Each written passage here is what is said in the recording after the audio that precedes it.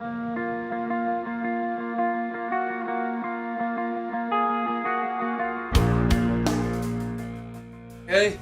it's time for hunting season. This is my hit list for 2011.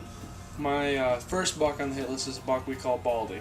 He, 2 years ago, he didn't have brow tines. And we call him Baldy because he was just, he had 3 tines on each side. We made him a 6-point. He was a good looking deer, but we decided he wasn't a shooter, so we let him go. And the next year, he still didn't develop brow tines. And we decided that it was bad for the herd, so we were going to take him out. We didn't get lucky enough to actually take him out, so what we ended up doing is, he ended up living.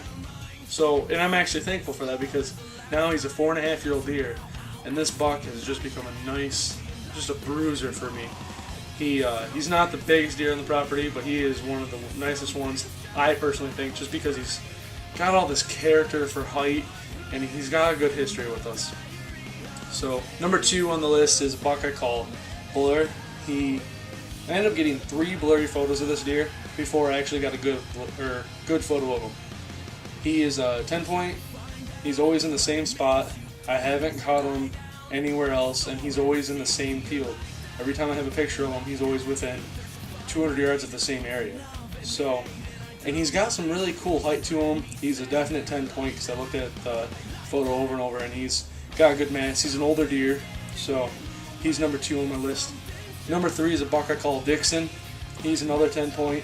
He's very symmetrical. He's only about this wide. He's not really all that wide, but he has definitely got some good mass on him, and I don't think he has very much age on him. He's probably a 3.5-year-old deer, but he's a great one to harvest just because he's a nice buck. He is.